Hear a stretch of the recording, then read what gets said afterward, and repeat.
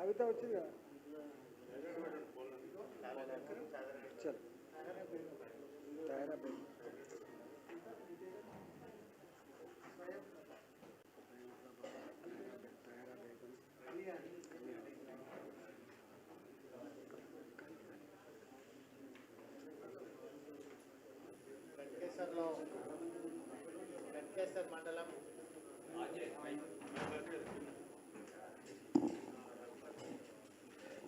గట్కేసర్ మండలం ఏకశిలా నగర్లో నిన్న జరిగినటువంటి సంఘటన విషయంలో పత్రికా సమావేశం, ప్రింట్ మీడియా, ఎలక్ట్రానిక్ మీడియా సమావేశానికి విచ్చేసినటువంటి సోదరులందరికీ కూడా హృదయపూర్వకమైనటువంటి నమస్కారాలు.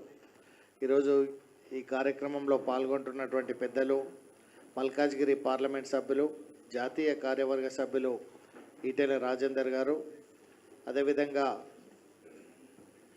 స్థానికంగా ఉండేటువంటి నాయకులు ఎక్స్ ఎంపీపీ సుదర్శన్ రెడ్డి గారు, మురళీధర్ గౌడ్ గారు, సీనియర్ నాయకులు నరహరి వేణుగోపాల్ రెడ్డి గారు, అదేవిధంగా సునీత గారు స్పోక్స్ పర్సన్, కళ్యాణ్ గారు గిరిజన మోర్చా రాష్ట్ర అధ్యక్షులు కళ్యాణ్ గారు, వీరితో పాటు రాజమౌళి గారు సీనియర్ నాయకులు, అదేవిధంగా నిన్న జరిగినటువంటి సంఘటనలో బాధితులు ఉన్నటువంటి కవిత గారు, రజిత గారు, అదేవిధంగా తహరా బేగం గారు, స్వయం ప్రభ గారు, మిగతా వెనకాల కళ్యాణి గారు, మిగతా వెనకాల ఉన్నటువంటి అనేక మంది బాధితులు, జుబేర్ గారు, చాలామంది బాధితులు కూడా రావడం జరిగింది.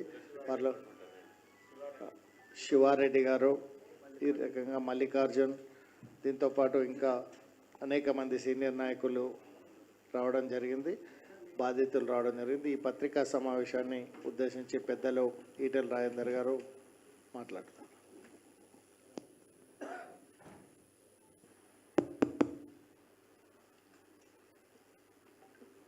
అందరికీ నమస్కారం. నిన్న జరిగిన సంఘటన మీద తెలంగాణ వ్యాప్తంగా చర్చోపచర్చలు జరిగినాయి. బెస్ట్ జడ్జెస్, అంతిమ న్యాయ నిర్ణేతలు ప్రజలే కాబట్టి ప్రజలకు నిన్న జరిగిన సంఘటన మీద వాస్తవాలు చెప్పాల్సినటువంటి బాధ్యత ఉంది. కాబట్టి వందల మంది బాధితులు ఇవాళ మేము ఇక్కడ ప్రెస్ మీట్ని నిర్వహిస్తూ ఉన్నాం. కొన్ని పత్రికలలో అనుకూలంగా, కొన్ని పత్రికలలో వ్యతిరేకంగా, కొన్ని టీవీ ఛానల్లో సొంత కవిత్వాలు రాసి చిత్రీకరించే ప్రయత్నం చేశారు. సరే, అవన్నీ వాళ్ళ విజ్ఞతకు వదిలిపెడతాం. నేను పార్లమెంట్ సభ్యుడిగా గెలిచిన తర్వాత 6 నెలలుగా ఒక పార్లమెంట్ సమావేశాలు జరిగినప్పుడు తప్ప ఎక్కడ బయటికి పోలే. నేను ప్రతి నిత్యం ఈ హైదరాబాద్ చుట్టుపక్కల ఈ పార్లమెంట్లో జరిగినటువంటి అనేక రకాల దుర్మార్గాల మీద, పేదల కన్నీళ్ళ మీద, పేదల దుఃఖం మీద నేను ఎట్లా ఫైట్ చేస్తున్నా మీరు అంతా చూసిండ్రు. వచ్చుడే రేవంత్ రెడ్డి సర్కార్ హైడ్రా అనే ఒక సంస్థను ఏర్పాటు చేసి అకారణంగా, అన్యాయంగా, దుర్మార్గంగా 40 ఏళ్ల క్రితం, 50 ఏళ్ల క్రితం ఆనాటి ప్రభుత్వాలు చెర్ల పక్కపొంటి బాజప్తా పట్టాలు ఇస్తే కట్టుకున్నటువంటి ఇల్లు కావచ్చు, లేఅవుట్లలో కట్టుకున్న ఇల్లు కావచ్చు. నేను చాలాసార్లు చెప్పినా, మళ్ళీ చెప్తున్నా, ఆనాడు భారతీయ జనతా పార్టీ హైదరాబాదుకు వలస వచ్చే పేద ప్రజానీకానికి గూడు కావాలి, వాళ్ళు రెక్కల కష్టం మీద బతికే వాళ్ళు ఇళ్ళ జాగాలు కొనుక్కునే స్తోమత లేదు, ఇల్లు కట్టుకునే స్తోమత లేదని చెప్పి ఆనాడు మా టైగర్ నరేంద్ర గారు మొదలు పెడితే స్వయంగా నాయకత్వం వహించిన బద్దం బాలరెడ్డి గారు కావచ్చు, దత్తాత్రేయ గారు కావచ్చు, మా నాయకులంతా కూడా పేదలకు అండగా ఉండి ఆనాడు దూర ప్రాంతాలు, హైదరాబాద్కు దూర ప్రాంతాలటువంటి మామూలు గవర్నమెంట్ ల్యాండ్లలో గుడిసెలు వేయించిన చరిత్ర మీ అందరికి తెలుసు. బాలాజీనగర్లో జవహర్ నగర్లో కట్టుకున్న ఇళ్లను కూల్చే ప్రయత్నం చేసినాడు. కన్నెర చేసి కాపాడింది కూడా భారతీయ జనతా పార్టీనే. ఇవాళ పేదలకు జాగలిప్పించిన పార్టీగా, పేదలకు ఇండ్లు కట్టించిన పార్టీగా, వాజ్పేయి గారు ప్రధానమంత్రిగా ఉన్న కాలంలో అనేక వేల మందికి హైదరాబాద్ పట్టణంలో ఇల్లు కట్టించిన పార్టీగా, మళ్ళీ హైడ్రా మీద కట్టించిన పార్టీ, భూమి హక్కులు కల్పించిన పార్టీ, కళ్ళ ముందే అవే కాలనీలు నీలమట్టం అవుతున్నప్పుడు హైడ్రా పేరిట మేము భరించలేకపోయినాం. మేము మా పార్టీ ఈ హైడ్రా బాధలకు ఎట్లా అండగా ఉందో మీరు చూసిండ్రు. దాంట్లో ఎంత ఒత్తిడికి లోనైందో 3 నెలల కాలం పాటు నేను సాక్షిని. ఆ తదుపరి వెంటనే మళ్ళీ మూసి ప్రక్షాళన పేటకు తీసుకొచ్చారు. మూసికి చాలామందికి తెలియని విషయం ఏంటంటే, ఏదో మూసిలో పారే మురికి నీళ్ళు మాత్రమే పోతాయట అని చెప్పి చర్చ జరిగింది. కానీ తప్పది.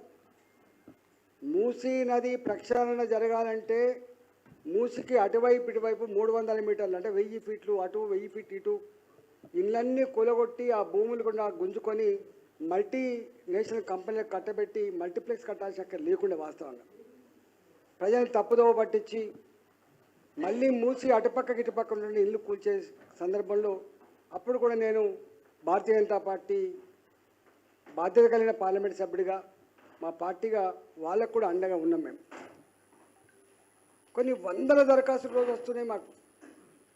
మా ప్లాట్లు గుంజుకుంటున్నారు, మా ఇల్లు కూలగొడుతున్నారు, మా మీద దౌర్జన్యం చేస్తున్నారని చెప్పి ఆ దరఖాస్తులు వచ్చినప్పుడు నేను స్వయంగా నాకు తెలిసిన నా మల్కాయిరి కలెక్టర్కి ప్రతి నిత్యం ఫోన్ చేసేది. ఏమవుతుంది కలెక్టర్ గారు, అసలు ఎక్కడ చూడలే, నా 25 సంవత్సరాల అనుభవంలో ఏదైనా పిటిషన్ వస్తే మాలాంటి వాళ్ళు మీకు ప్రాసెస్ చేస్తే దీనికి ఇది చేయొచ్చు సార్, ఇది చేయలేం సార్ అని చెప్పేది. కానీ ఏ ఒక్కడు కూడా పరిష్కారం అవుతలేదు, వ్యవస్థ మీద నమ్మకం పోతుందని చెప్పి ప్రతినిత్యం చెప్పేది. సేమ్ థింగ్ ఇక్కడ హైదరాబాద్లో మజిల్ పవర్ ఇన్వాల్వ్ అయి ఉంటుంది కాబట్టి, గుండాలు రియల్ ఎస్టేట్ వ్యాపారులు కొలుడైనటువంటి సందర్భం ఉంటుంది కాబట్టి అక్కడక్కడ రియల్టర్లు, అంటే మంచి రియల్టర్లు కాదు, రియల్టర్ల పేరిట భూములు ఆక్రమించుకుంటోళ్ళు, రియల్టర్ల పేరిట సెకండ్ సేల్ చేసుకుంటోళ్ళు, రియల్టర్ల పేరిట దాదాగిరి చేసేవాళ్ళు ఎవరైతే ఉన్నారో 200 మందిని 300 మందిని బాడీగార్డ్ పెట్టి ఆ ఫైల్ వాళ్ళని పెట్టి దౌర్జన్యం చేస్తున్న సంఘటనలు ఇవన్నిటి వచ్చినప్పుడు మేము సిపి రాచకొండ కూడా ఫోన్ చేసేది. సిపి రాచకొండ గారికి ఎన్నిసార్లు మొరబెట్టుకున్నా కూడా, ఎందుకంటే మాకు పాత పరిచయం కూడా ఉండే కాబట్టి ఎన్నిసార్లు మొరబెట్టుకున్నా దానికి పరిష్కారం లేదు. మేము డైరెక్ట్గా ఏసీపీలకు, డైరెక్ట్గా సీఐలకు ఫోన్ చేస్తే మా మీద ఒత్తిడి ఉంది, ప్రెషర్ ఉంది అనేటువంటి మాటలు వస్తున్నప్పుడు ఓహో వ్యవస్థ చచ్చిపోయింది, ఇది వ్యవస్థగా పనిచేస్తలేదు, వ్యవస్థ పేదలకు అండగా ఉండట్లేదు, వ్యవస్థ ధర్మాన్ని కాపాడే దాంట్లో లేదు, వ్యవస్థ ఒత్తిడి లోనవుతుంది, వ్యవస్థ అధర్మానికి పోయే ప్రమాదం ఉంది అని చెప్పి అర్థమై ఇవాళ మేము నిన్నగాక మొన్న చివరి ప్రయత్నం చేసిన, అయ్యా కలెక్టర్ మేడ్చల్ గారు, నువ్వు ఉన్నావు, భవిష్యత్తు ఉంది నీకు, ఎందుకు ఇట్లా చేస్తున్నావు, మరి నీ దగ్గర ధర్నా పెట్టానా లేకపోతే నేను ఫీల్డ్ మీద ధర్నా పెట్టానని చెప్పి ఏకశిలా నగర్ వాసులు కొర్రెమల గ్రామంలో ఇప్పటి మున్సిపాలిటీ ఆనాటి కొర్రెమల గ్రామం అది గడికేశ్వర మండలం కింద వస్తుంది, పోచారం మున్సిపాలిటీ కింద వస్తుంది. అక్కడ 1985లో ఇవ్వాలి కదా అని చెప్పి నేను చెప్తే లేదు సార్ నేను పంపిస్తా అని చెప్పిండు, సిపి గారు పంపిస్తా అని చెప్పి ఎవరిని పంపలే. మేము ఎందుకు స్పందించాల్సి వచ్చిందో ఒక 2 నిమిషాలు మీకు ఆ వీడియో చూపిస్తా. ఈటల రాజేంద్ర గారు చేయలేపుతారా, సౌమ్యుడు కదా, మర్యాదస్తుడు కదా, భాష చాలా బాగుంటుంది కదా, ఎంత తీవ్రమైన ఉద్యమ ఒత్తిడిలో కూడా ఇట్లా చేయలే కదా, ఎందుకో ఒక 2.5 నిమిషాలు. అంటే వాళ్ళు జనరల్గా నిన్న ఆయన ప్రెస్ మీట్ చూసిన మా భూములకు వీళ్ళు వచ్చి మా వాచ్మెన్లను కొట్టిండు. వాచ్మెన్ అంటే ఒకడు ఉంటాడో ఇద్దరు ఉంటాడు, కానీ వాచ్మెన్ 20 మంది 25 మంది మొత్తం గుండాల్లాగా రోజు అక్కడ వాచ్మెన్ తాక్కుంటా బీర్ సీసాలతోటి ప్రజలు బెదిరించేటువంటి సాంప్రదాయం ఉండే కదా. ఏం చేసి కుక్కలు ఒక 10 కుక్కలు కూడా అక్కడ పెంచుతారు.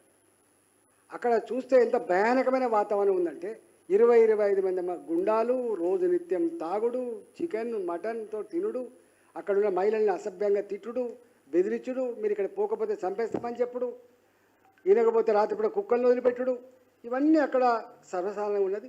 ఆ వీడియోలు మీరు ఒకసారి చూడండి, దాని తర్వాత నేను విషయం చెప్తాను. అరే అన్న అందరికి రమ్మని చెప్పు. వస్తున్నారా? అందరికి రమ్మని చెప్పు. ఎవరికి రావాలని చెప్పాలి? ప్లాట్ ఓనర్స్ వస్తారు, మేమే ఓనర్స్, అందరం కలిసి సార్తోనే వస్తాం, మేమే వస్తాం.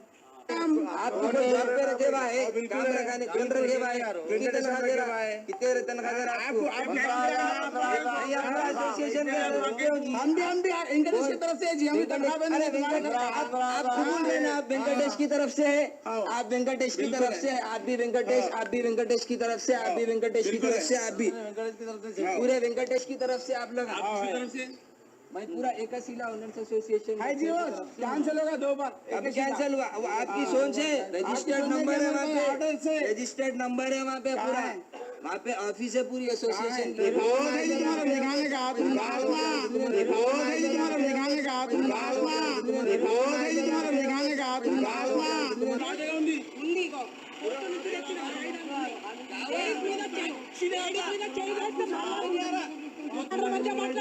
లేడీస్ మీదకి ఎట్లా నెట్టుకుంటారు? లేడీస్ మీదకి నెట్టుకుంటే ఎందుకు వీడియోలు ఎవరు తెస్తాడు? లేడీస్ ఇంత నీ దగ్గర మా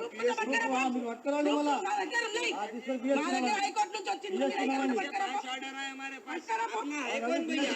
ఏడికి పిఎస్సీ ఎందుకు నడుస్తుంది? ఏడికి పిఎస్సీ ఎందుకు నడుస్తుంది? ये सर्वे नंबर क्या है? ये सर्वे नंबर क्या है आपके पास? ये सर्वे नंबर क्या है? ये सर्वे नंबर क्या है? आपको मालूम है? सब मालूम है क्या है ये सर्वे नंबर? क्या लगता है बिट्टू? आप जो जगह में ठहरे हुए हैं ना, आप जिसको ओनर बोल रहे, उसको ये सर्वे नंबर में आने की परमिशन नहीं है हाईकोर्ट से। बताओ ना कहाँ है परमिशन? इधर आओ, उतरो, ले लेके आओ, तुम्हारा ऑर्डर क्या ले लेके आओ। ऑर्डर है वो।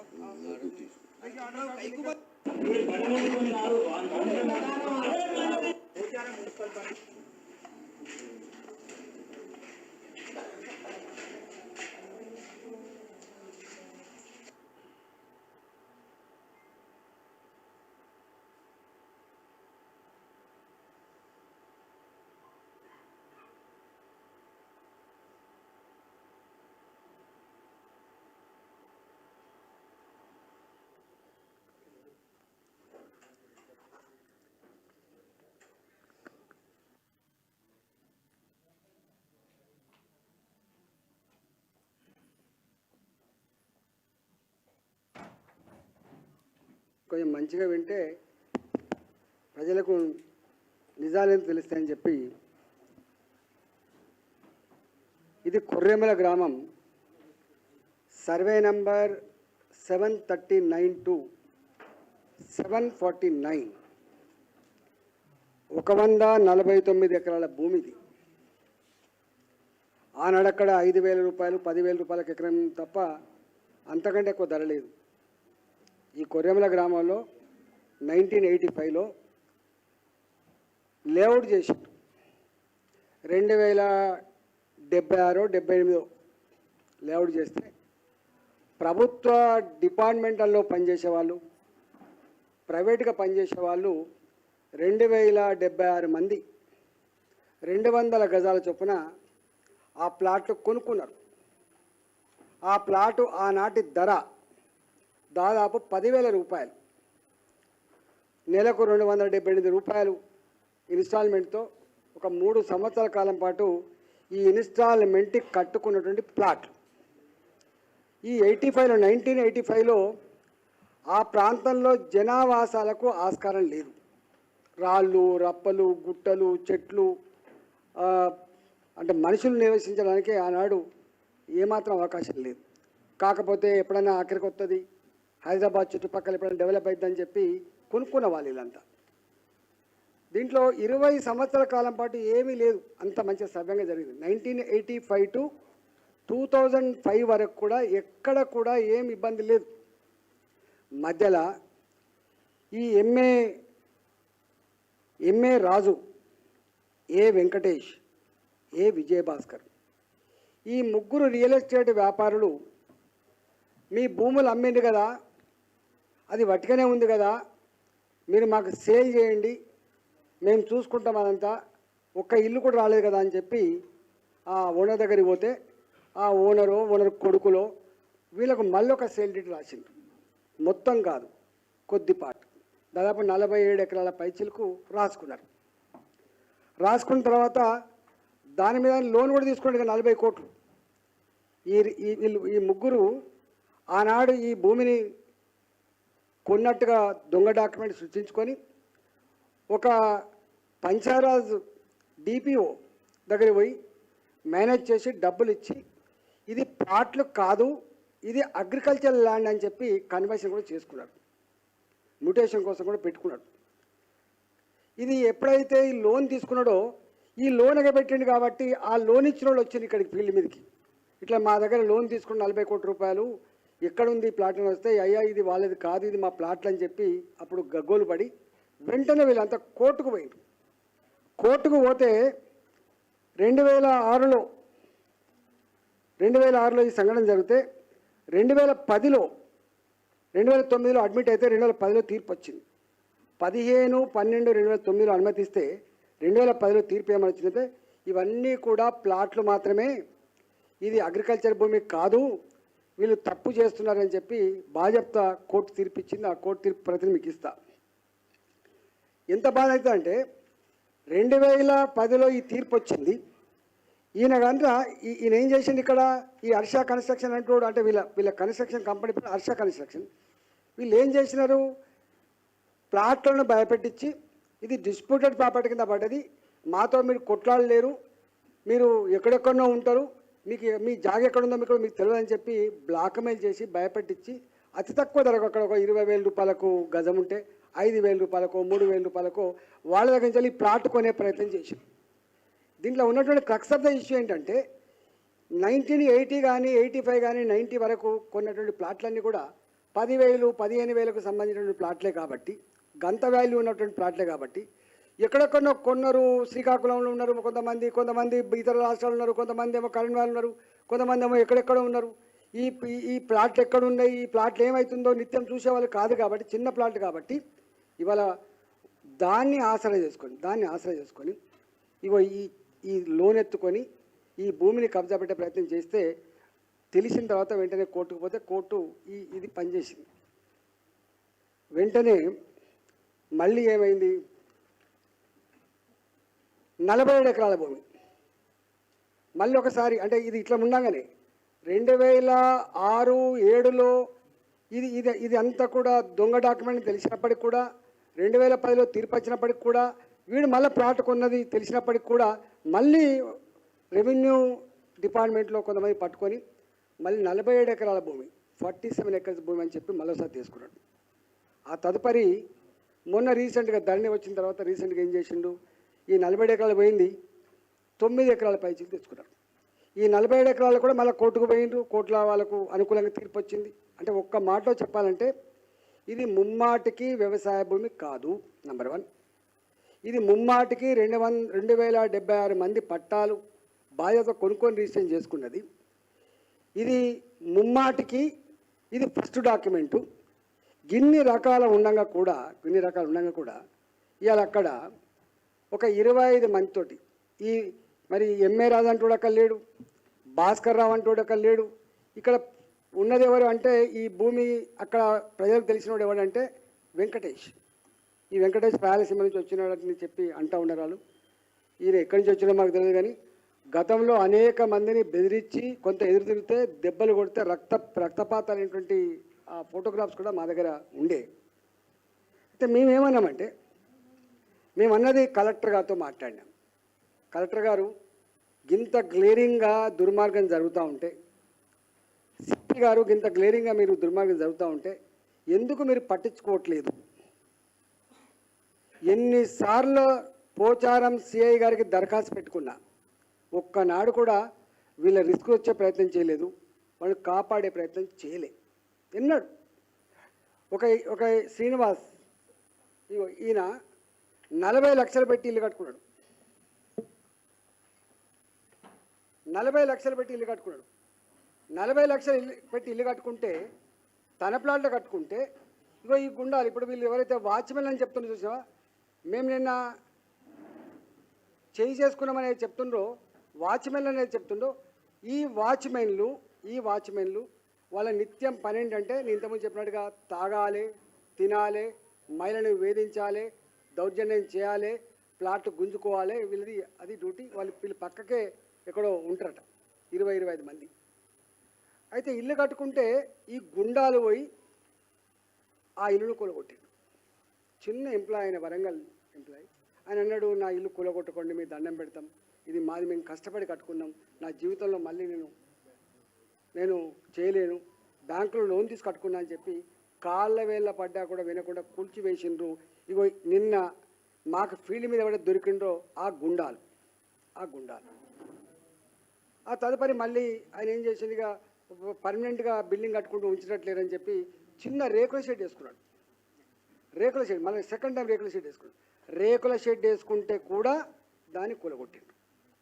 ఇక్కడ 7th అంటే వచ్చింది అనుకుంటా, బస్ రజిత వచ్చింది, 7th వచ్చింది.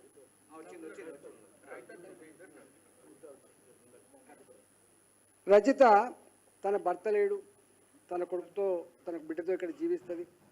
ఇప్పుడు ఆ గుండాలు ఎవరైతే ఆమె తన ప్లాట్ సాఫ్ చేసుకుంటున్నప్పుడు ఆ గుండాలు వచ్చి అడ్డుకుంటే ఆమె పెనుగులాడిన తీరు, ఆమె చూపిన ధైర్యం మీకు అర్థం కావాలి. ఆమె కన్నీళ్ళు నేను నిన్న కాక మొన్న నారికి వచ్చింది అంతా బాధ్యత వచ్చి, అయ్యా నీ ఇలాకాలో నువ్వు పార్లమెంట్ సభ్యుడివి, మాకు ఇట్లా జరుగుతుందంటే తెల్లారే వస్తాపా అని చెప్పిన. తెల్లారే పోయినా నేను. తెల్లారి పోయే వరకు మంది లేరు. ఎందుకు మంది లేరని అడిగితే రాత్రి వచ్చిండు వీళ్ళు, ఇంటింటి తిరిగిండ్రు, టెంట్ వేస్తోని బెదిరించి టెంట్ వేయకుండా చేసిండ్రు, కుర్చీలు వేస్తోని కుర్చీలు వేయకుండా చేసిండ్రు. మీరు కనుక పోతే మేము అంత చూస్తామని చెప్పిండ్రు. ఎంపీ ఎవడు వాడేం పిక్తాడని చెప్పిండ్రు. అయ్యా మరి ఇట్లా అందుకని మేము భయభ్రాంతకు గురైనాము అని చెప్పింది. నేను వచ్చిన కదా రా అంటే పిలువంగా ఒక 300 మంది 400 మంది వీళ్ళంతా మేరకు వచ్చింది.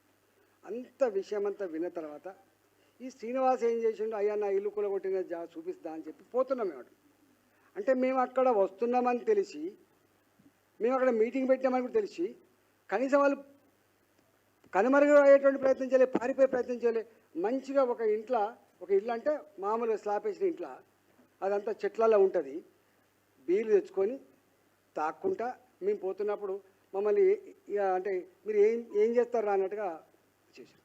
పోదాంపా అన్న అంటే వీళ్ళు అన్నారు వెంటనే, అన్న వీళ్ళే అన్న మమ్మల్ని ఇన్ని నెలలుగా వేధిస్తున్న వాళ్ళు, ఇన్ని నెలలుగా మా రక్తాన్ని కలచూస్తున్న వాళ్ళు, ఇన్ని నెలలుగా మా భూములన్నీ కూడా భయభ్రాంత కూర్చేసి గుంజుకుంటున్న వాళ్ళు, ఇక అసలు అక్కంటాడు వాళ్ళ గుండాలంతా వీళ్ళు ఉన్నారని అంటే మేము అక్కడికి పోయినాం. పోతే వాడు మమ్మల్ని చూసి కూడా వాడు కనీసం మర్యాద లేదు. అంటే ఎంపీ అంటే గౌరవం లేదు, ఎమ్మెల్యే అంటే గౌరవం లేదు, ప్రజలు అంటే గౌరవం లేదు. అంటే అప్పుడు మేము ఇదంతా జరిగింది. నేనేమంటున్నా, నేను ఒకటే, రేవంత్ రెడ్డి గారు ముఖ్యమంత్రి ఇవాళ ప్రజల ప్రాణాలకు ప్రజల ఆస్తులకు రక్షణ కల్పించే బాధ్యత ఉందా లేదా అని చెప్పి అడుగుతున్నా. ఇవాళ హైదరాబాద్లో ఇది ఒకటే కాదు, ఇవాళ కొన్ని వందల లేఅవుట్లు 1980 నుంచి మొదలుపెట్టి 1990 వరకు ఈ హైదరాబాద్ చుట్టుపక్కల వందల లేఅవుట్లు జనసంచారం లేని కాడ ఎప్పుడో ఒకనాడు అక్కడికి వస్తాయని చెప్పి 30 రూపాయల నుంచి మొదలుపెట్టి 100 రూపాయల గజం కొనుక్కునే లేఅవుట్లు అన్నీ కూడా 2007లో ఒక చట్టం వచ్చింది. ఆ చట్టం ఏంటిదంటే LRS, ల్యాండ్ రెగ్యులేషన్ చేసుకునేటువంటి LRS స్కీమ్ వచ్చింది, ల్యాండ్ రెగ్యులేషన్ స్కీమ్. ఈ గ్రామ పంచాయతీ లేఅవుట్లన్నీ కూడా మళ్ళీ కొంత ఒక ఇండివిజువల్ ప్లాట్ అయితే 1000 రూపాయలు కట్టాలి, లేకపోతే మొత్తం లేఅవుట్ అంతా కలిపితే ఎకరానికి 10,000 రూపాయల చొప్పున కట్టుకొని ఈ లేఅవుట్లన్నీ కూడా మళ్ళీ రెగ్యులైజ్ చేసుకునే యాక్ట్ వచ్చింది. చాలామంది చేసుకున్నారు. ఇవాళ మీరు శంకరపల్లి ఉంది, 460 ఎకరాల భూమి, 460 ఎకరాల భూమి. ఒక్కొక్క ఎకరం నాకు తెలిసి 50 కోట్లు ఉంటుందో 60 కోట్లు ఉంటుందో. అంటే 460 ఎకరాల భూమిని ఎవడు కన్నెత్తి చూడలే. ధరణి వచ్చిన తర్వాత ఈ భూమి అంతా కూడా అగ్రికల్చర్ భూమిగా మార్చేసి ప్లాట్లన్నీ కూడా రద్దు చేయించి మొత్తం రాత్రిపూట ఎట్లా రిజిస్ట్రేషన్ చేసిండ్రో ఆ రాత్రిపూట రిజిస్ట్రేషన్ చేసిన కలెక్టర్ ఎవరో, ఆ కలెక్టర్ ఇవాళ ఎట్లా కేసులు ఎదుర్కొంటుండో, ఎట్లా జైలు పాలవుతుందో మీరు చూస్తున్నారు. విలువ వేల కోట్ల రూపాయల విలువైన భూమి. ఇక్కడ అర్థం ఏంటంటే ఆనాడు ఆ 10,000 రూపాయల పేదోడికి చాలా ఎక్కువ. ఇవాళ 10 లక్షల రూపాయలు, కోటి రూపాయలు ఆ ప్లాటుకు పెరిగితే ఈ పేదవాళ్ళు అనుభవించకుండా ఇగో ఈ దుర్మార్గులు, ఈ గుండాలు, వాళ్ళకు సహకరించే అక్కడక్కడ పోలీసులు, వాళ్ళకు సహకరించే రెవెన్యూ అధికారులు, వీళ్ళు ఈ పోలీసులు, ఈ రెవెన్యూ అధికారులు మాకు పైనుంచి వెళ్ళి ఫోన్లు వస్తున్నాయి, మాకు పైనుంచి ప్రెషర్ వస్తుందని చెప్పేటువంటి పద్ధతి. రేవంత్ రెడ్డి గారు అడుగుతున్నా, ఎవరు పైనుంచి వెళ్ళి ప్రెషర్ చేస్తున్నారు? దీని వెనుక ఉన్నటువంటి దుర్మార్గులు ఎవరు? ఈ దుర్మార్గులకు ఇచ్చే పనిష్మెంట్ ఏంది? పేదల ఆస్తులకు రక్షణ ఎక్కడ? పేదల జీవితాలకు భద్రత ఎక్కడ? చెప్పాల్సిన బాధ్యత ముఖ్యమంత్రి రేవంత్ రెడ్డి మీద ఉంది. నేను ఇంకొక మాట కూడా అంటున్నా, ఇవాళ ఒక్కటి కాదు, కొల్లూరు 173 నుంచి 190 సర్వే నెంబర్, 150 ఎకరాల భూమి, కొల్లూరు. ఇవన్నీ మేము బయట పెడతాం. ఇక ఇప్పుడు ఊరుకునే ప్రసక్తి లేదు కాబట్టి వాటిగా హింటిస్తున్నా. వట్టినాగులపల్లి, గండిపేట మండలం 1000 ఎకరాలు. వట్టినాగులపల్లి, గండిపేట మండలం 1000 ఎకరాలు. ఇది గ్రామ పంచాయతీ ఒకటి. షాద్ నగర్, ఈదులపల్లి, ఈర్లపల్లి జంట మాటలు జరిగినట్టున్నా, నాకు తెలిసి జంట మాటలు జరిగినట్టున్నాయి అక్కడ. నాదర్గుల్, బాలానగర్, గగన్ పహాడ్, హెచ్ఆర్సి, అంటే అనేక దిక్కుల. మేము ఒకటే ఇవాళ తెలంగాణ ప్రజానీకానికి విజ్ఞప్తి చేయదలుచుకున్నాం. పేదవాళ్ళ మీద అధికారాన్ని అడ్డం పెట్టుకొని భూములు గుంజుకునే ప్రయత్నం, వాళ్ళ మీద దాడులు చేసే ప్రయత్నం, వాళ్ళ ఆస్తులు కొల్లగొట్టే ప్రయత్నం చేస్తున్నది నిజం. దీని మీద మనం స్పందించకపోతే, మనం ఐక్యంగా లేకపోతే చట్టమే ఇలా ప్రజల్ని నేరస్తులుగా భావించే పరిస్థితి వస్తుందని చెప్పి నేను తెలియజేస్తా ఉన్నా. ఇవాళ భారతీయ జనతా పార్టీ పరంగా మేము ఊరుకునే ప్రసక్తి లేదు. ఎందుకంటే భారతీయ జనతా పార్టీ ఇంతకుముందు చెప్పినట్టుగా పేదలకు అండగా ఉండే పార్టీ కాబట్టి, ఇవాళ హైదరాబాద్ నగరంలో మొదటి నుంచి కూడా పేదలకు ఒక భరోసా ఇచ్చిన పార్టీ కాబట్టి మేము దీన్ని ఇక్కడితో వదిలిపెట్టే ప్రసక్తి లేకుండా, ఒక్క పోచారం మున్సిపాలిటీలో ఉన్న 2076 మంది మాత్రమే కాకుండా ఇవాళ హైదరాబాదులో ఎన్ని లేఅవుట్లు అయితే ఇలా మళ్ళీ పెద్దవాళ్ళు వాటి పర్చేజ్ చేసి పెద్దల అండతోటి, ప్రభుత్వ పెద్దల అండతోటి వీళ్ళు కొల్లగొట్టే ప్రయత్నం చేస్తుండో వాటి మీద హెచ్ఆర్సీకి వెళ్ళే ప్రయత్నం చేస్తాం. కోట్ల మీద అపారమైన నమ్మకం ఉన్న వాళ్ళం కాబట్టి కోట్లకు వెళ్ళే ప్రయత్నం చేస్తాం. అదేవిధంగా మాకు ఏ పద్ధతులు ఉంటాయో అన్ని పద్ధతుల ద్వారా ప్రజలకు అండగా ఉండే ఉద్యమాలు కూడా చేస్తాం. ఎట్టి పద్ధతి కూడా వదిలిపెట్టే ప్రసక్తి లేదు. ఇవాళ లోకాయుక్త లాంటి సంస్థలు కూడా ఉన్నాయి, వాటిని కూడా కాంప్లీట్ చేసే ప్రయత్నం చేస్తాం. నేను ఒకటే ప్రజలకు నేను విజ్ఞప్తి చేస్తా ఉన్నా, అంటే నాలాంటి వాడు చెయ్యెత్తే పరిస్థితి ఎందుకు వచ్చింది, నాలాంటి వాడు కోపం చేసే పరిస్థితి ఎందుకు వచ్చింది అంటే రెవెన్యూ అధికారులు, పోలీసులు లేదా ఇతర సంస్థలు ప్రజలకు భరోసా కల్పిస్తే నాలాంటి వాడు ఆ పని చేసేవాడు కాదు. కానీ విసిగిపోయిన నా 25 సంవత్సరాల రాజకీయ జీవితంలో చూస్తున్నా ఇంత పేలవంగా, ఇంత చేయలేనటువంటి డిపార్ట్మెంటు అని ఇలా బాధ అనిపిస్తూ ఉంది. తెలంగాణ పోలీస్ అంటే ఒక రకమైన గౌరవం, అంటే నిమిషాల మీద దొంగలను పట్టించుకుంటానే భావన ఉండే. కానీ వాళ్ళ రెవెన్యూ అధికారులేమో వాడు నిమ్మకుని, ఎందుకంటే తప్పు చేసింది వాళ్ళే కాబట్టి, ఈ దొంగ సర్టిఫికెట్లు, దొంగ లేఅవుట్లు, దొంగ ప్రొసీడింగ్స్ ఇచ్చింది వాళ్ళే కాబట్టి, ఇది కనుక లోపలికి పోతే మా అధికారులే జైలుకు పోతారని భయం వాళ్ళకు ఉండొచ్చు. ఇది సివిల్ మ్యాటర్ కాబట్టి మీరు మా దగ్గర రావద్దని చెప్పి బుకాయించే వాళ్ళు వీళ్ళు ఉండొచ్చు. కానీ పోలీసులు కానీ రెవెన్యూ అధికారులు కానీ సమన్వయంతో ఇట్లాంటి సమస్య వచ్చినప్పుడు కూర్చొని నెలకోసారి 2 నెలలకోసారి కూర్చొని సమస్యలు పరిష్కరిస్తే ఇలా ఇక్కడ దాకా వచ్చేది కాదు. నాలాంటి వాడు చేయలేపే పరిస్థితి రాదు. అందువల్ల నేను ప్రభుత్వాన్ని, రేవంత్ రెడ్డి ప్రభుత్వాన్ని డిమాండ్ చేస్తా ఉన్నా. ఇవాళ మీరు అనుకుంటున్నారు పయ్యోళ్ళు అంటే మీ మీద మచ్చొస్తుంది. మీ ఇద్దరు తమ్ముళ్ళు మొత్తం ల్యాండ్ పంచుకొని ఈస్ట్ హైదరాబాద్ ఈయన చేసుకుంటుండు, వెస్ట్ హైదరాబాద్ ఆయన చేసుకుంటూ నడుస్తుంది. ఇట్లాంటి అపనింద ప్రజల నుంచి వస్తూ ఉంది. నిజమేందో అబద్ధమేందో ఎంక్వైరీ చేసుకో. నాకు తెలిసిన దగ్గర ఒక ఇంటెలిజెన్స్ వ్యవస్థ ఉంది, దానికి ఒక మంచి అనుభవం ఉన్నటువంటి ఆఫీసర్ కూడా ఉన్నాడు. ఆయనకి ఇస్తే మొత్తం ఒక వారం 10 రోజుల్లో దీని వెనుక ఉన్నది ఎవరో తెలుస్తుంది. మొన్న ఆనందబాగ్ అని ఒక మా పార్లమెంట్ కింద ఉంటుంది. 300 మంది గుండాలు మొత్తం దాన్ని ఆక్రమించుకొని రాత్రి మొత్తం డిస్మాల్ చేసింది. 50 ఏళ్ళ నుంచి ఉంటున్నటువంటి ఆయన ప్రాపర్టీ, ఆయన గోడౌన్స్, ఆయన ఉన్న ఇల్లు 20 ఎకరాలు దాదాపు ఆనందబాగులో మొత్తం నేలమట్టం చేసి పడేసింది. నేలమట్టం చేస్తే అక్కడే ఈ 300 మంది ఉంటే సిపి గారికి ఫోన్ చేసిన ఏంది సిపి గారు అంటే దానికి ఆన్సర్ లేదు. మేము గతంలో 25 ఏళ్ళ క్రితం మేము ఫస్ట్ ఎమ్మెల్యే అయినప్పుడు ఎంత గౌరవం ఉందంటే ఏదైనా పని చెప్తే ఎమ్మెల్యే గారు మీరు చెప్పిన పని మీ వంతు తప్పు అని చెప్తుండేది, మీ వంతు ఒప్పు అని చెప్తుండేది. మీ వంతు తప్పు అని చెప్తున్నా సపరేట్ కూకుంటుంటివి, చూడండి అని చెప్తుంటివి. మా వంతు ఒప్పు అంటే మాత్రం తప్పకుండా చేయమని చెప్తుంటివి. కానీ ఇక్కడ తప్పు ఒప్పుతో సంబంధం లేదు. తప్పు ఒప్పుతో సంబంధం లేదు. బాసుల ఆదేశాలు, పోలీసు వాళ్ళు బాసుల ఆదేశాలు. ఒకవేళ బాసుల ఆదేశాలు పాటించకపోతే ఆ సిఐ ట్రాన్స్ఫర్ అవుతాడు, ఆ డిఎస్పి ట్రాన్స్ఫర్ అవుతాడు. వాళ్ళకు అనుకూలంగా లేకపోతే పనిచేయనియరు. ఇక సింపుల్ ఇష్యూ.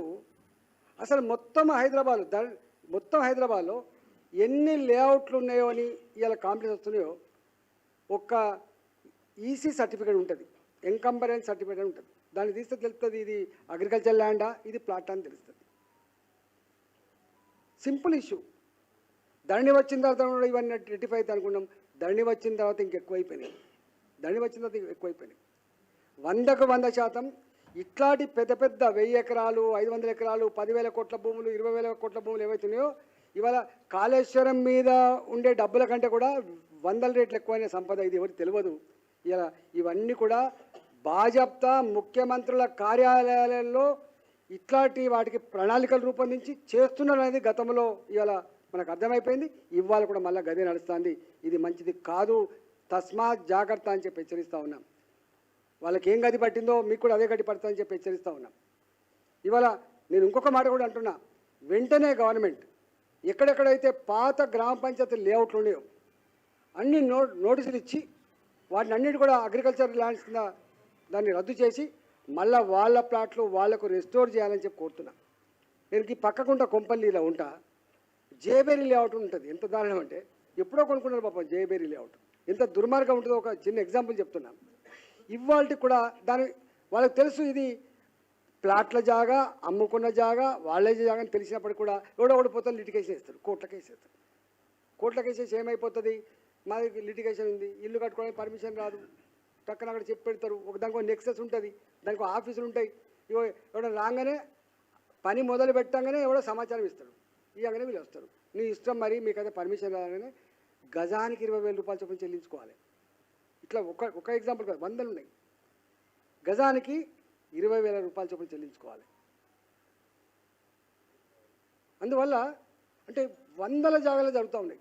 గ్రామ పంచాయతీ లేఅవుట్లకి LRS స్కీమ్ వచ్చినప్పటికీ కూడా ప్రభుత్వం దాన్ని సంపూర్ణంగా అర్థం చేసుకొని అమలు చేయకపో కారణాల వల్ల ఇవన్నీ వచ్చినాయి. ఇవాళ శంకర్ హిల్స్ ఉన్నది, మీకు అంతా తెలుసు. శంకర్ హిల్స్నే కదా ఈడీ ఇలా అమయ్ కుమార్ జైలుకు పోతున్నది.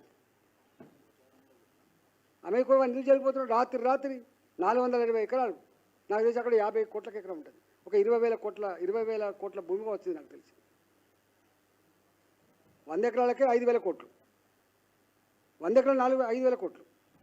ఇలా 460 ఎకరాలు 20,000 కోట్ల పైన రాత్రి చేసిండు. కొద్ది మందికి మాత్రమే దాని లాకులు ఓపెన్ చేసి అది ఉంటుంది. ఈ ధరణి వచ్చిన తర్వాత, ఈ కాస్తు కాలాలన్నీ ఎగిరిపోయిన తర్వాత, ఈ 13 కాలాలు ఎగిరిపోయిన తర్వాత, మొత్తం కలెక్టరేట్లలో వచ్చిన తర్వాత, ఈ ఏజెన్సీలు కూడా బయట నుంచి వెళ్ళి వాళ్ళ కనసాలలోనే వచ్చిన తర్వాత, ఎవడి భూమి రెగ్యులైజ్ చేసుకోవాలి, ఎవడి భూమి ఎటు మార్చాలనేది మొత్తం వాళ్ళ చేతులకు వచ్చిన తర్వాత మొత్తం పేదల చేతుల నుంచి వెళ్ళిపోయిన మాట వాస్తవం హైదరాబాద్. అందువల్ల నేను ఒకటే ప్రజలకు కోరుతా ఉన్నా, వీటిని కాపాడుకోవాల్సిన బాధ్యత ఉంది. కాబట్టి ఇలా అలాంటి బాధితులకి, భంగపడ్డలకి భారతీయ జనతా పార్టీగా మేముగా మీకు అండగా ఉంటామని చెప్పి తెలియజేస్తా ఉన్నాం. ఇవాళ మేము ఒక వ్యక్తి మీద కొట్టాలనే భావనను, తిట్టాలనే భావన ఉండడం కాదు, కానీ వ్యవస్థ విఫలమైనప్పుడు the circumstances made me to create like this. ఈ వ్యవస్థ చూసిన వాడిగా వాళ్ళ కన్నీళ్ళని, వాళ్ళ దుఃఖాన్ని, వాళ్ళ బాధని, వాళ్ళ ఆర్తిని అర్థం చేసుకున్న వాడిగా, నేను ఎంపీని కాబట్టి నేను కూడా ఏం చేయకపోతే ఈ వ్యవస్థల మీద ఇంకా నమ్మకం పోయే ప్రమాదం ఉంది. కాబట్టి వ్యవస్థల మీద నమ్మకం ఉండాలి, కనీసం ఎంపీల మీద నమ్మకం ఉండాలనేటువంటి దాంతో నేను ఇలా నిలువరించే ప్రయత్నం చేసిన తప్ప వేరే కాదు. కాబట్టి ఇవాళ అక్కడ ఆ కొర్రెమల గ్రామంలో 2076లో ఆల్మోస్ట్ 70%, 60-70% ఇప్పటికే ఎల్ఆర్ఎస్ కట్టి ఉన్నాయి కాబట్టి వాళ్ళ జాగలలో వాళ్ళు ఇల్లు కట్టుకుంటే ఎవడైనా ఆపితే చీల్చి చెండాడుతాం నా కొడుక, గుర్తుపెట్టుకోండి. నేను ఒక హెచ్చరిక చేస్తా ఉన్నా, ఈ బౌన్సర్లు, ఈ గుండాలు, ఈ రియల్ ఎస్టేట్ వాళ్ళు 20,000 50,000 నెలకి ఇవ్వగానే మీరు కనుక వచ్చి ప్రజల మీద దౌర్జన్యం చేస్తే మీ భర్త నా కొడుకు అని చెప్పి హెచ్చరిస్తా ఉన్నా. పని చేసుకుంటే చేసుకో, ఇంకో పని చేసుకో, కానీ ఎవడు నువ్వు దౌర్జన్యం చేసేవాడు ఎవడివి? పోలీసులు నిన్ను నిర్వహించకపోవచ్చు, పోలీసులు అండతోటి నువ్వు చేస్తుండొచ్చు, కానీ మేము చూస్తూ ఊరుకోవడానికి సిద్ధంగా లేము, గుర్తుపెట్టుకో. చీల్చి చెండాడుతాం. మా మహిళల్ని అవమానపరిచే అధికారానికి ఎవడిచ్చిండ్రా? మా పేదవాళ్ళకు ఇబ్బంది పెట్టే అధికారానికి ఎవడిచ్చిండ్రా? గిదా మీరు చేసేది. ఇట్లాంటి ఉదంతాలు చాలా ఉన్నాయి. ఇప్పటికైనా జ్ఞానోదయం తెచ్చుకొని, బుద్ధి తెచ్చుకొని, నేను రెవెన్యూ మంత్రి గారు కూడా అడుగుతూ ఉన్నాను, ఇలా మీరైతే భూభారతో ఇంకో భారత ఏదో తెస్తూ ఉన్నారో, ఇంకా కొత్త రిఫైన్డ్ చట్టం తెస్తూ ఉన్నారో, మంత్రి గారు మీకు తెలుసు ఇవాళ అనేక గతంలో ధరణి తర్వాత ఎన్ని దుర్మార్గాలు జరిగినాయి మీకు ఎరక. దీని మీద ఒక సమగ్రమైన కమిటీ వేయి. హైదరాబాద్ చుట్టుపక్కల మేము చెప్తున్నామంటే ఎంత బాధతో చెప్తున్నట్టు, వాటికి ప్రెస్ మీట్ కోసం పెట్టట్లే, మేము పేరు కోసం పెట్టట్లే, మేము ఇది రియాలిటీ. కొన్ని లక్షల మంది పేద ప్లాట్లకు సంబంధించిన వ్యవహారం ఇది. కొన్ని లక్షల కోట్ల రూపాయల విలువైన భూములకు సంబంధించిన వ్యవహారం ఇది. వాళ్ళు ఎప్పుడో కొనుక్కున్నారు కష్టం చేసి. వాళ్ళు దొంగలు కాదు, వాళ్ళు వీళ్ళ బ్యాంకుల నుంచి తెచ్చుకున్న వాళ్ళు కాదు. ఈ పైసా ఆ పైసా కూడగట్టుకొని తెచ్చుకున్న పైసలు ఇవి. కూరగాయలు అమ్ముకున్న వాళ్ళు, ఆటో నడుపుకున్న వాళ్ళు, ప్రైవేటు కంపెనీలో పనిచేసిన వాళ్ళు, చిన్న ఉద్యోగులు వాళ్ళు. 200 గజాల జాగాగా ఉప్పలు ఎవడు కొంటాడండి? ఇంకా గడకేశ్వరపై ఎవడు కొంటాడు? పైసలు ఉన్నాడు ఇక్కడ కొంటాడు, బంజారీస్లో కొనుక్కుంటాడు. పైసలు ఉన్నాడుకి హిమాచల్లో కొనుక్కుంటాడు, పైసలు ఉన్నాడుగా హ్యాబీస్లో కొనుక్కుంటాడు. గరీబాలు కొనుక్కుంటారు. ఇక్కడ బుద్ధి జ్ఞానం ఉండాలి. ఎవరి కోసం పనిచేస్తున్నాం, మనం ఎందుకోసం పనిచేస్తున్నాం ఆలోచన చేసుకోవాలి. నేను పోలీసులు కూడా రిక్వెస్ట్ చేస్తున్నా, మీరు బానిసల లెక్క పనిచేసే ప్రయత్నం చేయకండి. బాసుల ఆదేశాలే నీకు శిరోధార్యం కాదు, చట్టం నీ శిరోధార్యం. నువ్వు పాటించాల్సిన చట్టాన్ని తప్ప, న్యాయాన్ని, ధర్మాన్ని తప్ప బాసుల ఆదేశాలు పాటిస్తే ఎంతమంది ఐఏఎస్ ఆఫీసర్లు జైలుకు పోయినా చూసుకోండి, ఎంతమంది ఐపీఎస్ ఆఫీసర్లు సఫర్ అవుతారో చూసుకోండి. మేము చూస్తూ ఊరుకుంటాం అనుకోకండి. డిఓపిడి కంప్లైంట్ పెడతాం, మేము వట్టిగా ఊరుకోం. చెప్పి ఆశకు వస్తే గత్యంతరం లేకపోతే ఏం చేస్తాం? తప్పకుండా మీ చరిత్రను తీసి మేము కంప్లైంట్ చేయాల్సి వస్తుంది. కేర్ఫుల్ ఉండమని చెప్పి కోరుతా ఉన్నా. మాకు వ్యక్తుల పట్ల కానీ మాకు ఎవరి పట్ల ద్వేషం లేదు. మాకు ద్వేషం దుర్మార్గం పట్ల ద్వేషం, అన్యాయం పట్ల ద్వేషం మాకు. Thank you.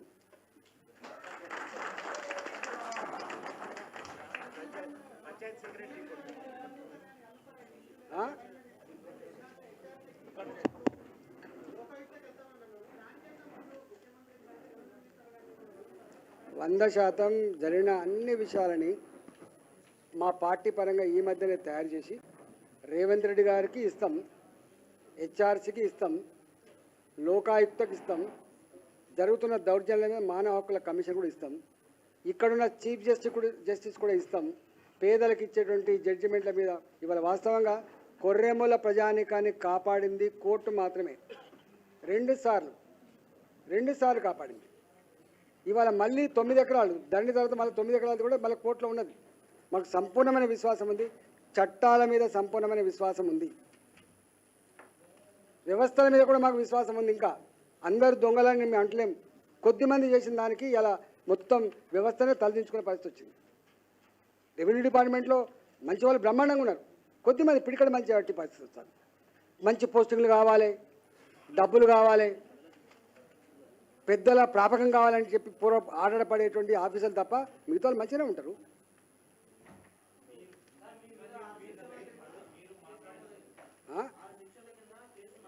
ఆరు కావాలి 60 పెట్టుకోమను. నా నా నా నా తెలంగాణ మహిళల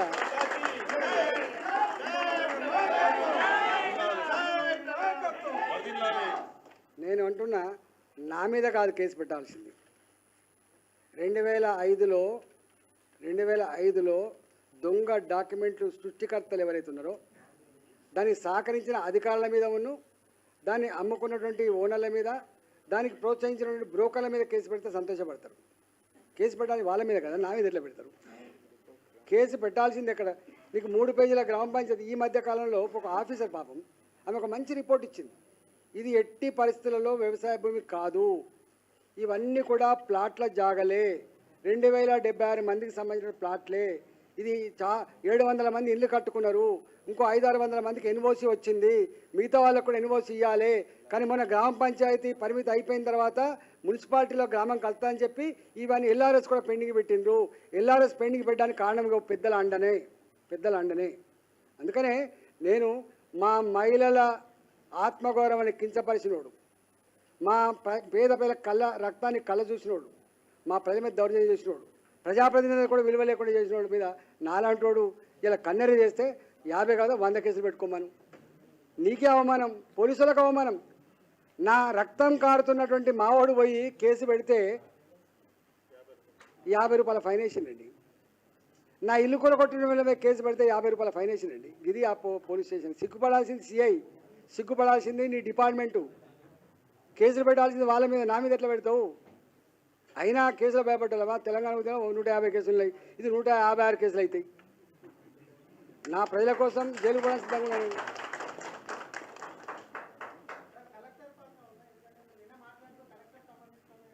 కలెక్టర్ నిశ్చేష్టుడు అయిపోయింది అనిపిస్తుంది, ఎఫెక్టివ్గా లేరు. ఎందుకు ఎఫెక్టివ్ లేరు నాకు తెలియదు. ఏ బాసుల ఆదేశాలతో వాళ్ళు నోరు కట్టేసుకున్నారో, ఏ బాసుల ఆదేశాల మేరకి చేతులు కట్టేసుకున్నారో తెలియదు, కానీ ఎఫెక్టివ్ అయితే లేరు. నేను ఎవ్రీడే ఇప్పుడు నేను రికార్డు చెప్తున్నాను కదా, నా మల్కాయిరి కలెక్టర్కు ఫోన్ చేయని రోజు ఉండదు, దాదాపుగా 2 రోజులకోసారి 3 రోజులకోసారి ఫోన్ చేస్తూనే ఉంటా. సిపి రాచకొండ ఫోన్ చేస్తూనే ఉంటా, కాపాడండి అని. ఒక్కొక్కసారి ఇంటెలిజెన్స్ చీఫ్ కూడా ఫోన్ చేస్తా, సార్కి ఇట్లా వచ్చింది ఒకసారి చూసుకోమని చెప్పి ఫోన్ చేస్తా. తప్పే ఉంది. నేను 25 ఏళ్ళు ఉన్నా కదా మంత్రిగా పనిచేసిన, సిస్టమ్ అంటే ఎంత తెలుసు నాకు, గవర్నమెంట్ ఎట్లా పనిచేస్తో తెలుసు నాకు.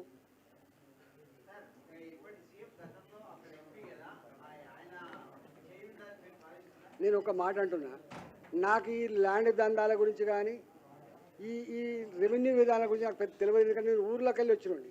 నేను ఈ మధ్యలోనే హైదరాబాద్కి వచ్చిన. కానీ నాకు తెలిసి రేవంత్ రెడ్డి గారికి హైదరాబాద్ చుట్టుపక్కల ఉన్న భూములేందో, రియల్టర్లో ఉన్న బ్రోకర్లేందో, దాంట్లో ఉన్న సమస్యలేందో నాకంటే 100 రెట్లు నాలెడ్జ్ అయితే ఎక్కువ ఉంటుంది. గది పక్క ఆయన ఆలోచించాలి. 100% అండ ఉంది, 100%. అధికార పార్టీ అండ ఉంటుంది. ఎవరన్నా ఉంటుంది? పేర్లు చెప్తానని చెప్పండి. చెప్పినాడు పేరు కూడా సహా చెప్తా, చెప్పినాడు పేరుతో సహా చెప్తా. మా దగ్గర ఇప్పుడు సమాచారం అంతా అక్యుములేట్ చేసుకుంటాను మేము. ఇప్పుడు మేము వాటికి ఏదో శాంపుల్ పెట్టినాం. మా దగ్గర 100 గ్రామ పంచాయతీ లేఅవుట్లు, వాటి ఆనవాళ్ళు లేకుండా పెద్దలు ఎట్లా భూములు కొట్టేసిండ్రు, దాని వెనుక ఉన్న పెద్దలు ఎవరు, దాని విలువ ఎంత, అవన్నీ చెప్తాం. ఇప్పుడు నేను చెప్పిన శంకర్ హిల్స్, నేను ఇంతకుముందు చెప్పిన శంకర్ హిల్స్ కానీ నేను ఇంతకుముందు శాంపుల్ చెప్పిన కొన్ని.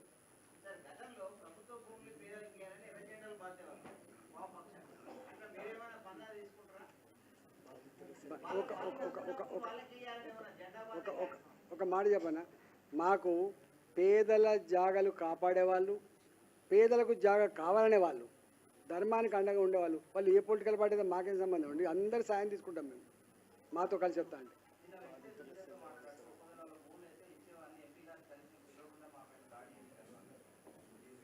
ఒక మాట చెప్పన్నా, మీరు అడుగుతున్నప్పుడు ఒక మాట అని అడుగు. 85లో కొన్న ప్లాట్లు 20 సంవత్సరాల తర్వాత ఎట్లా నీకు వచ్చినాయి అడుగుతున్నా. ఇస్తాడా? నేను అడుగుతా, రాస్తారా? లెటర్ రాయనా? అరే ఒక్కటి గుర్తుపెట్టుకో, నీవు అంటే ఉత్తగా నేను ప్రెస్ వాళ్ళు అంటే టీవీలో అంటే కొంచెం గ్రౌండ్కి వస్తారేమో, గ్రౌండ్లో వాళ్ళు ఎంక్వైరీ చేస్తారనుకుంటున్నా. కానీ మీరు కూడా గిట్లా ఉంటే ఎట్లయితే చెప్పండి. 4th స్టేట్ ప్రజాస్వామ్యంలో ఏదో పిల్లర్ అని చెప్తున్నారు. ఏం చేస్తున్నారు మీరు? నేను అడుగుతున్నా, మీ బాధ్యత కాదా?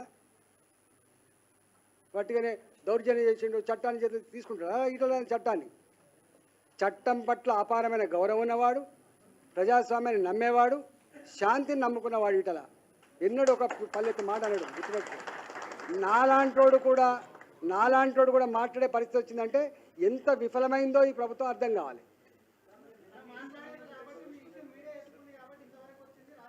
అందరు అంటున్నా అట్లా కాదు, అట్లా కాదు, ఎక్కడో అక్కడక్కడ ఉంటారు అంటున్నా. అందరు అంటున్నా కొద్దిమంది నేను అందరికి ఆపాదిస్తున్నాను చూడు, కొద్ది మందికి ఆపాదిస్తున్నా.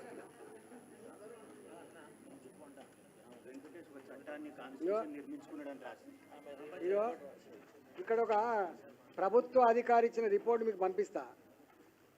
దీంట్లో ఉన్న సారాంశం ఏంటంటే ఇప్పుడు చెప్తున్న రియల్టర్ ఏదైతే వెంకటేష్ అంటున్నాడో తన సొంత సామ్రాజ్యాన్ని తన సొంత చట్టాన్ని తానే నిర్మించుకోండి అని చెప్పి రాసిన పేరాగ్రాఫ్ ఉంటే చదువుకోండి మీరు. బుక్ ఇంత ఉన్నది. ఆ బుక్ మొత్తం వద్దు కానీ ఒక 3 పేజీల డాక్యుమెంట్ మీకు ఇస్తా, చదువుకోండి. ఏంటి ప్రజలకి ఇంత లాభం చేయరా అండి?